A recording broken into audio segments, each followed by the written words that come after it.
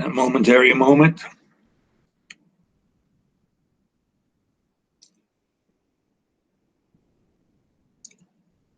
So let's move ahead to the central nervous system.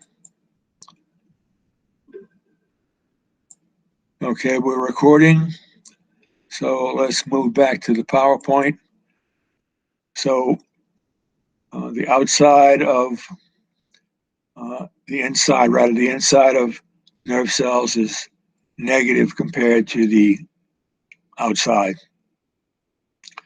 So these voltages indicate that charges of sodium and potassium are distributed unevenly so that the inside of the nerve is minus 70 millivolts compared to the outside.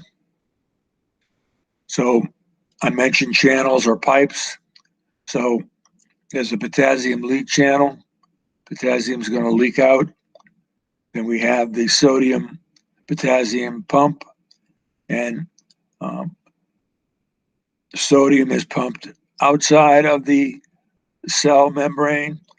Potassium is pumped to the inside, and this sodium potassium pump is consistently accumulating potassium on the inside and sodium on the outside.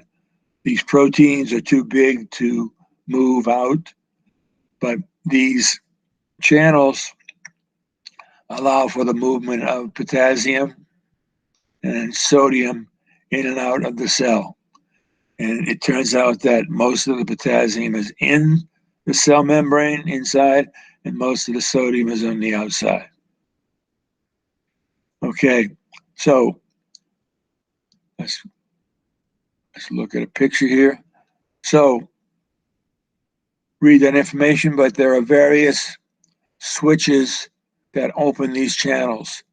So what happens when a nerve impulse, if a nerve is stimulated and there's enough sodium coming in, so the first thing that happens is that sodium ions move into the cell. So positive charge is moving into the cell. That happens here. Sodium begins to move in. Resting potential is the normal voltage of a resting nerve. At 2, sodium is coming up. So the inside becomes positive compared to the outside, and that's sodium. Then sodium it's closed. The channel is closed, and the potassium channel opens.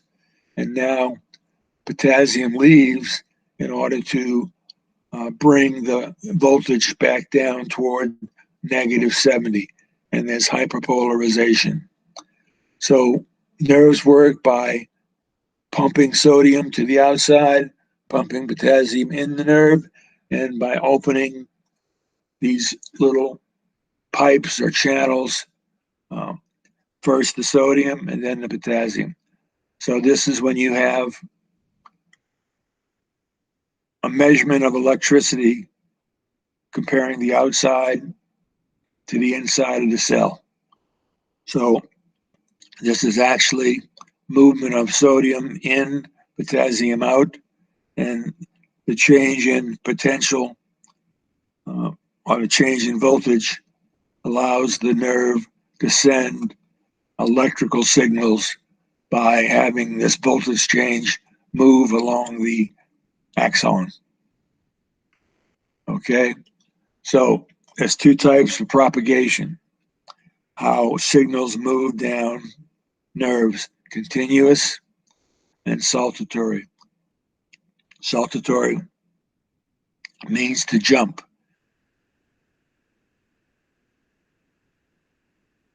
The continuous propagation occurs only in unmyelinated, so in neurons that are insulated by fat insulating material, the nerve can jump and move much more quickly. So if you have this local current and you get continuous movement of sodium into the cell, it's going to have to move, the sodium is going to be attracted by these negatives. And so you create a movement of charged particles, and that's a current. So the movement of ions in and out of the cell indicates the flow of a charge, so that's called a current. And the movement of sodium in and then potassium out allows this local current to be created. And as that's created, the membrane continues to have its channels open due to the increase in positive charge. But it's constantly the sodium potassium pump has to move potassium into the cell and sodium out. Okay, in myelinated axons, you have these insulation materials called the internode, and you have these nodes of Ranvier. So the signal actually jumps from node of Ranvier to node of Ranvier. So because the current cannot flow where you have this fatty insulation, the current jumps from node to node, and that's how we get a much faster conduction speed. Okay, let's keep going. Okay.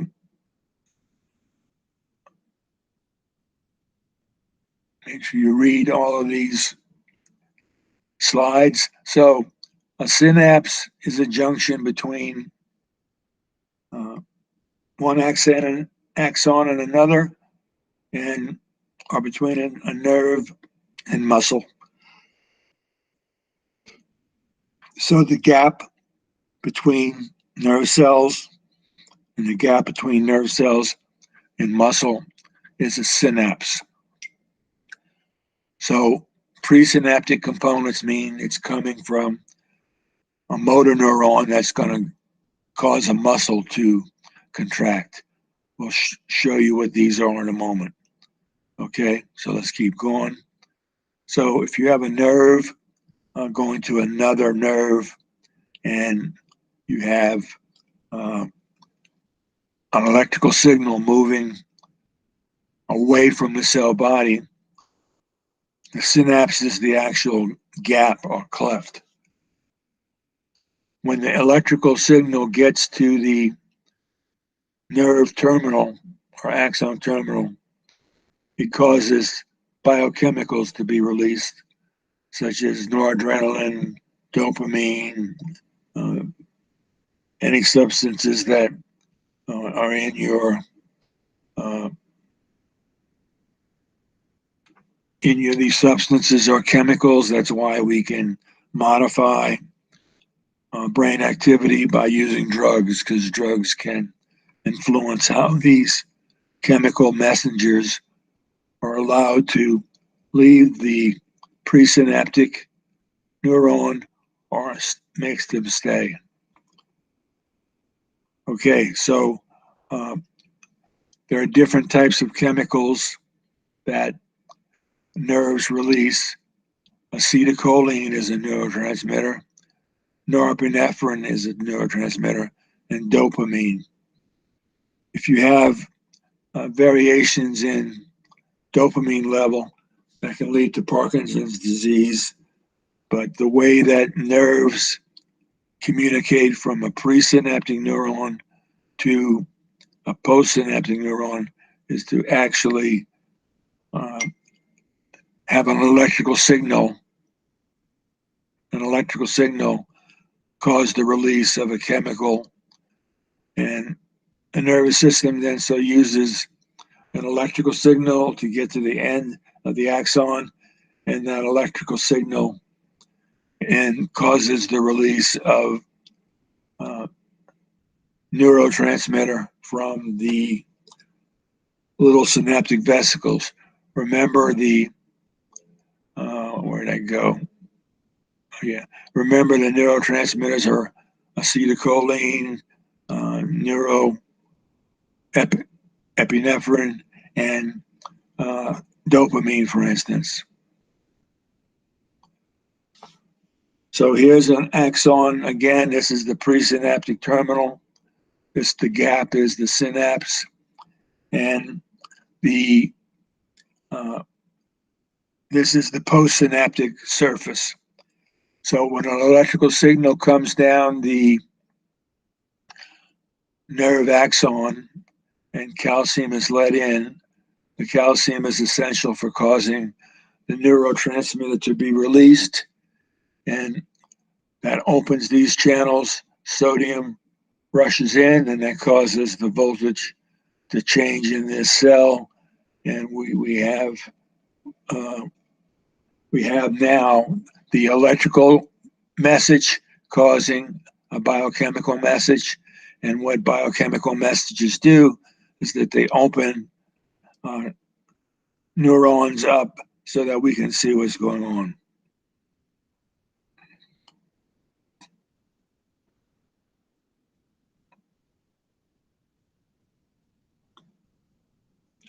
Okay, so read that, get there. Okay, so let's stop there and we'll get another video going. So we'll stop recording for this one. And we have multiple options. Stop recording, stop recording.